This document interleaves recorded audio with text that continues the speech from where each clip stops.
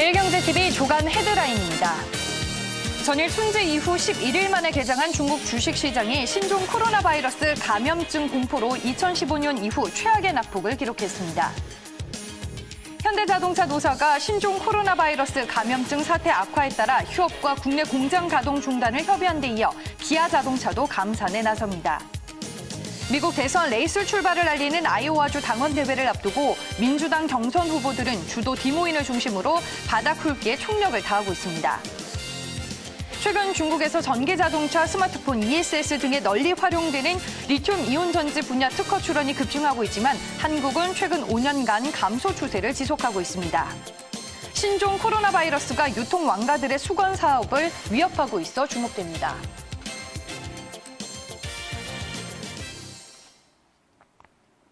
네, 오늘자 이제 중요한 경제 뉴스들을 정리해보는 시간입니다. 매일경제 조간 브리핑 이종근 시사평론가와 함께하겠습니다. 안녕하세요. 네, 안녕하십니까.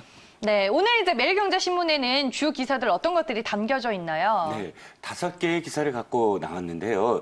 그중에 3가지가 신종 코로나 바이러스 감염과 관련된 경제에 미치는 영향에 대한 분석 기사입니다. 그리고 한 개 기사는 지금 아이오와 코커스, 그러니까 미국 대선의 민주당 경선, 첫 번째 경선 지역의 소식이고요.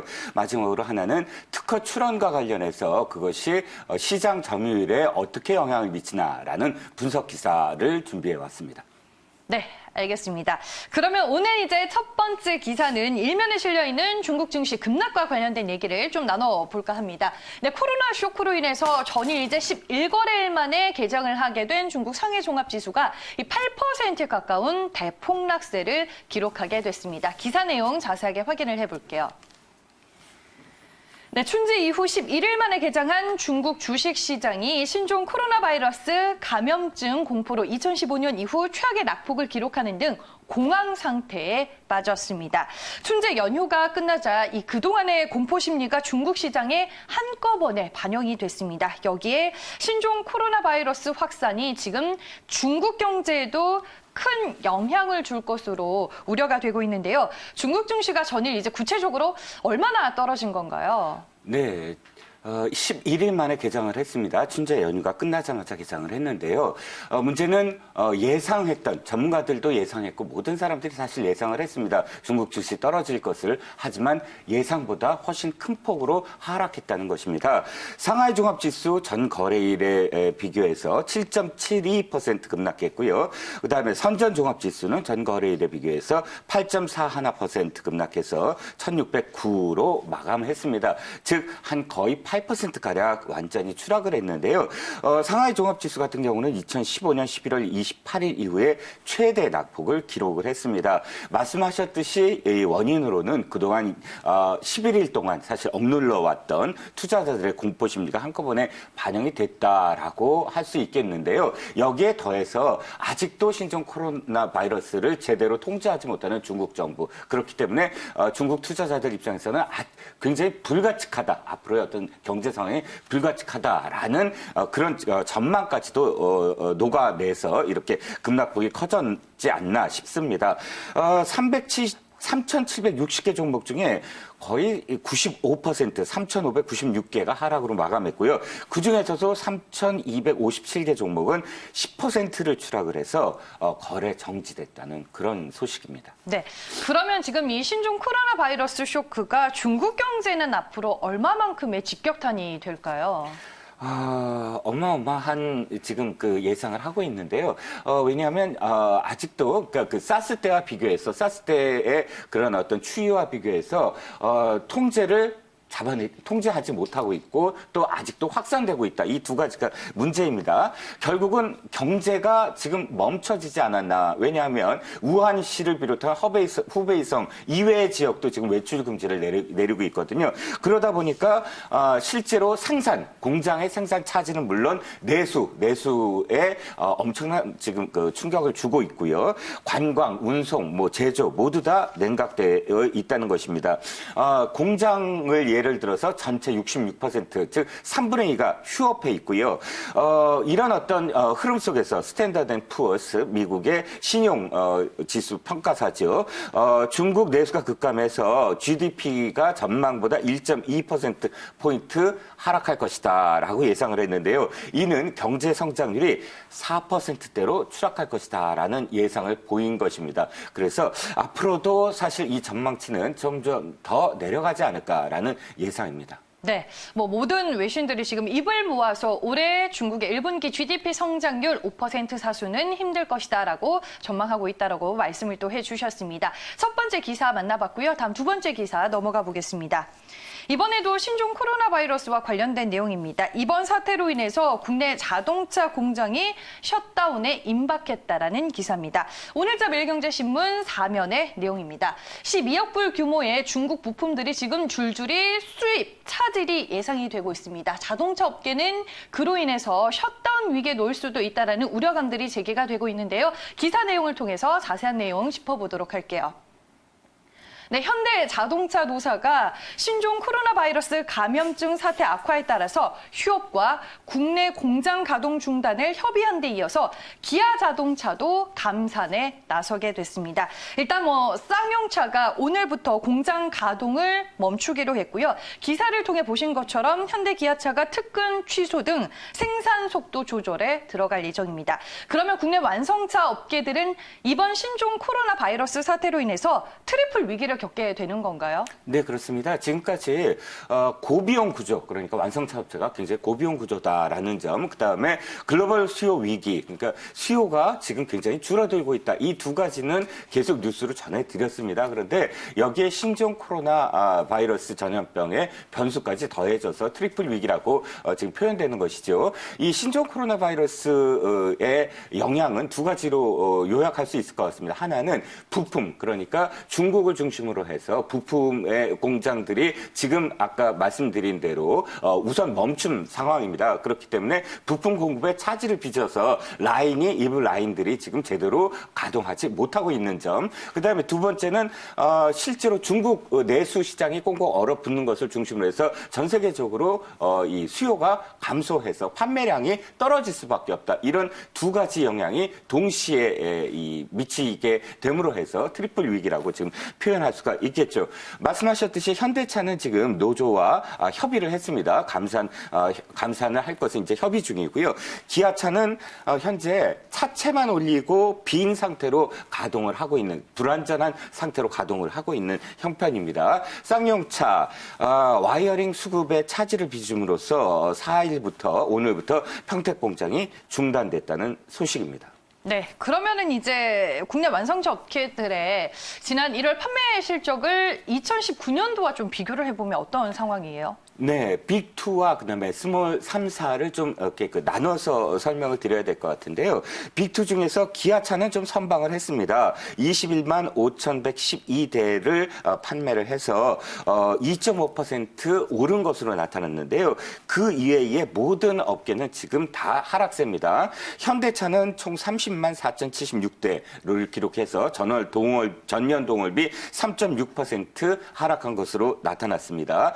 빅2는 지금 말씀드린 대로 그럭저럭 선방했다. 이렇게 표현할 수가 있지만, 스몰 3, 4는 사실, 실적이, 지금 굉장히 악화됐습니다. 한국 GM 경우 2만 484대에 그쳐서 전년 동기비 47%나 추락을 했고요. 르노 삼성은 1930대에 그쳤습니다. 전년 동월비 무려 77.3%나 하락했고요. 그다음에 쌍용 자동차 7,653대를 팔아서 전년 동기비 30%를 기록을 했습니다.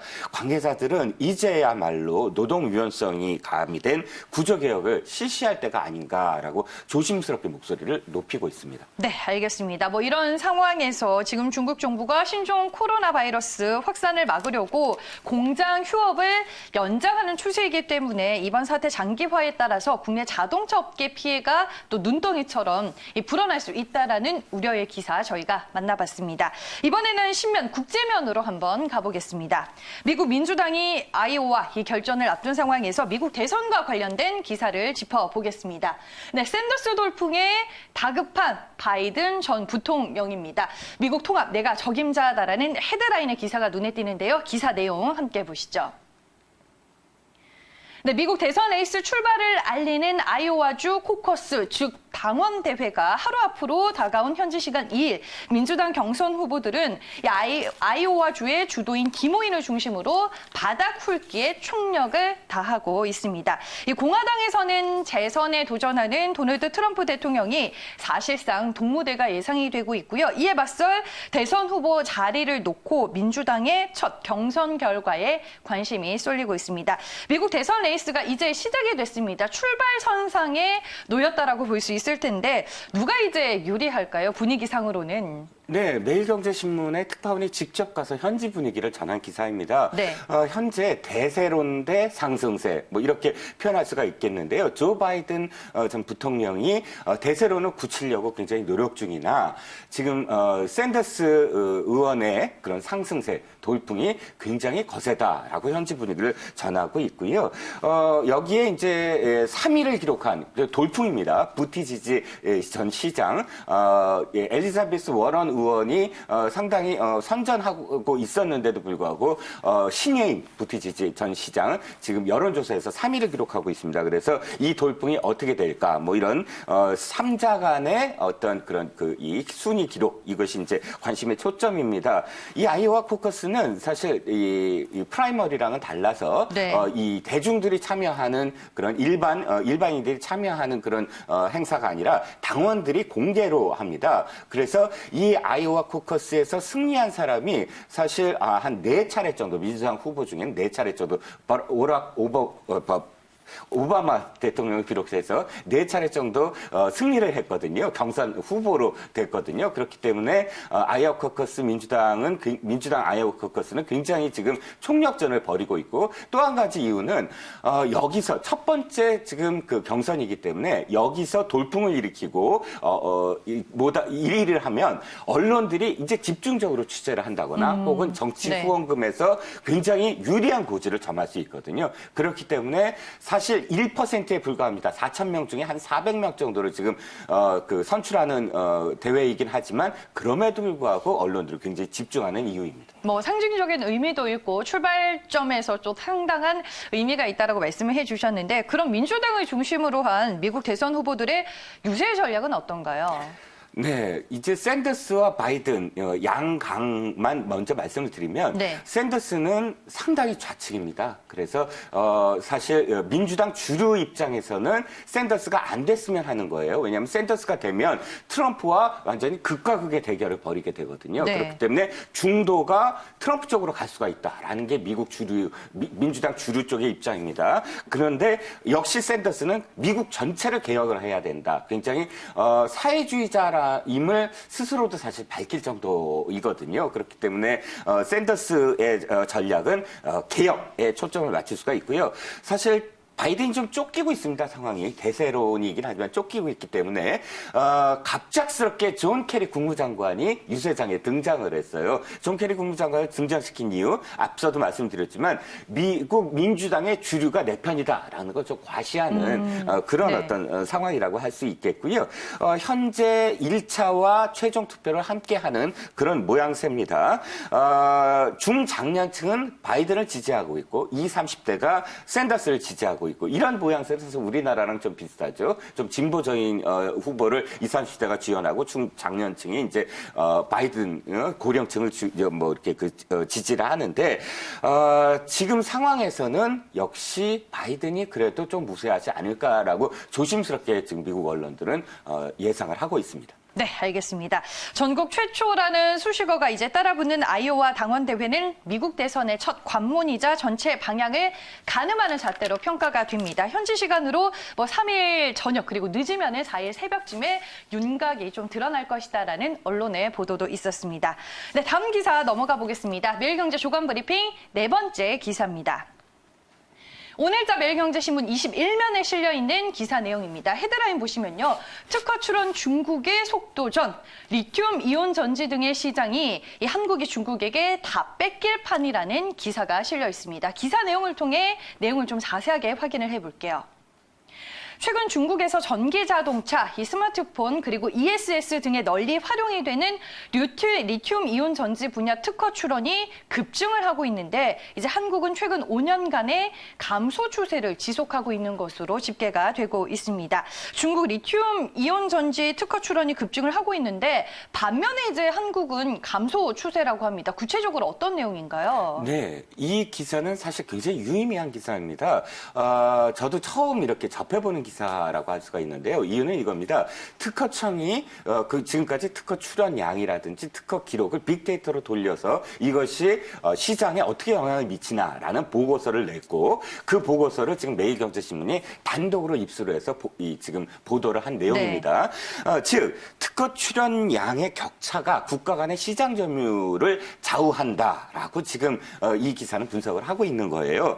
말씀하셨듯이 그 리튬 이온 전지 분야, 우리나라가 사실 굉장히 자랑스러워하는 분야입니다. 일본에 이어서 2위를 기록하고 있는데요.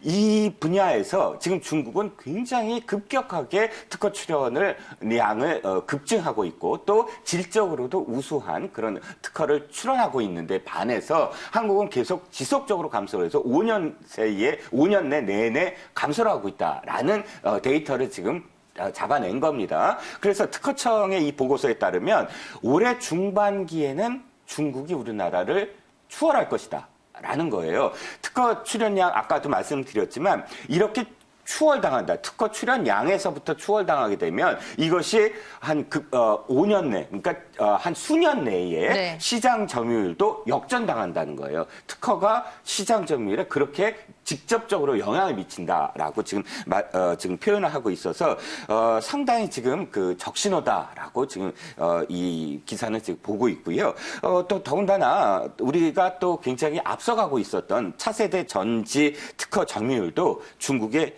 뒤지고 있다.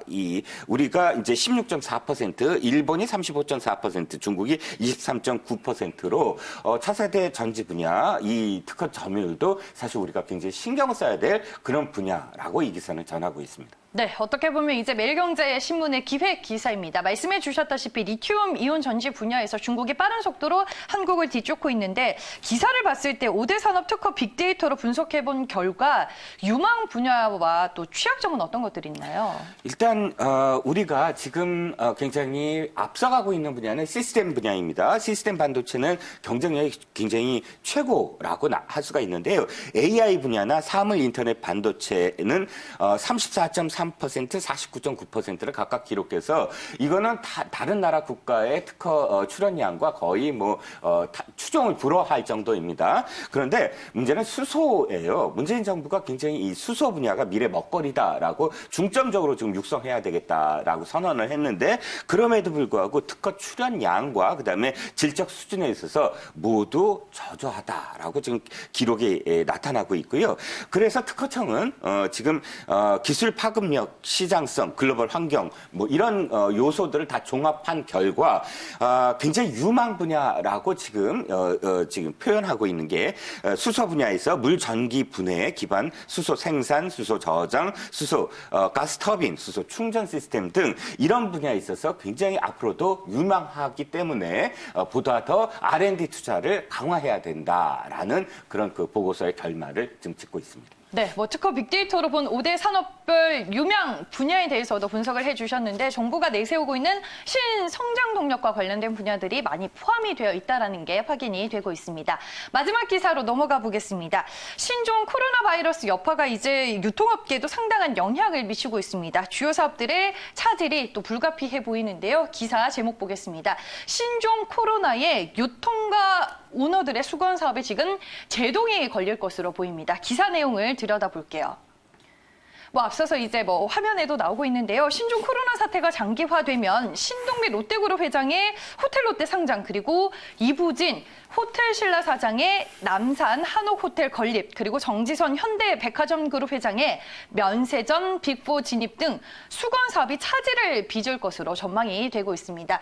제가 이제 꼭 집어서 신동빈 회장과 이부진 사장 그리고 정지선 회장의 얘기를 했는데 어떤 수건 사업들이 지금 차질을 빚게 되는 건가요? 네, 뉴스로도 사실 계속 저희들이 이제 말씀을 드린 어떤 내용들이긴 합니다만 유통이 신종 코로나 바이러스에 완전 직격탄을 맞는 분야이잖아요. 그러다 보니까 다시 한번 이 유통 업체들, 유통업계에서 어떤 사업들이 지금 차질을 빚나라고 되돌아볼 수 있는 그런 상황이 됐습니다. 신동빈 롯데 회장, 사실 이 롯데그룹의 어떤 지배 구조가 일본의 광윤사에 있다. 뭐 이렇게 이 피라미드처럼 찾아보면 그 정점에 광윤사에 있다라고 계속 보도를 해드렸는데요. 광윤사의 지분은 사실 신동주 회장이 51%를 갖고 있잖아요. 그렇기 때문에 지금 신동빈 회장이 원톱 체제를 강화하려면 네. 이 지배 구조를 개선해야 됩니다. 그러다 보니까 이 호텔 롯데를 상장하는 것이 신동빈 회장이 정말 수건이거든요.